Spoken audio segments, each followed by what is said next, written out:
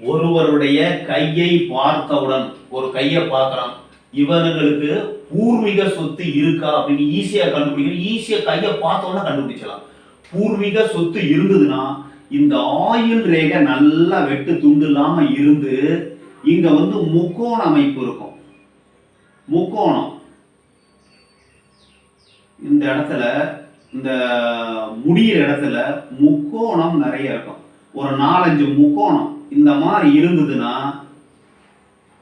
இந்த மாதிரி முக்கோண அமைப்பு இருந்ததுன்னா அவர்களுக்கு பூர்வீக சொத்து கண்டிப்பா இருக்கும். உங்க கையை செக் பண்ணுங்க, பூர்வீக சொத்து இருக்கா இல்லையா கண்டுபிடிச்சிக்கலாம். இது ரேர் அமைப்பு, எல்லாருக்கும் பூர்வீக சொத்து இருக்கணுங்கிற அவசியம் கிடையாது. இருந்தாலும் ஒரு சில பேருக்கு தெரியாது. நிறைய அளவு கடந்த சொத்து 100 ஏக்கரா 500 ஏக்கரா 1000 ஏக்கரா அந்த மாதிரி இருக்கும்போது இந்த ஆயில் ரேகை துண்டுபடாம வெட்டுப்படாம இருந்து கீழே இந்த மாதிரி முக்கோணம் இருக்கும். இந்த முக்கோணம்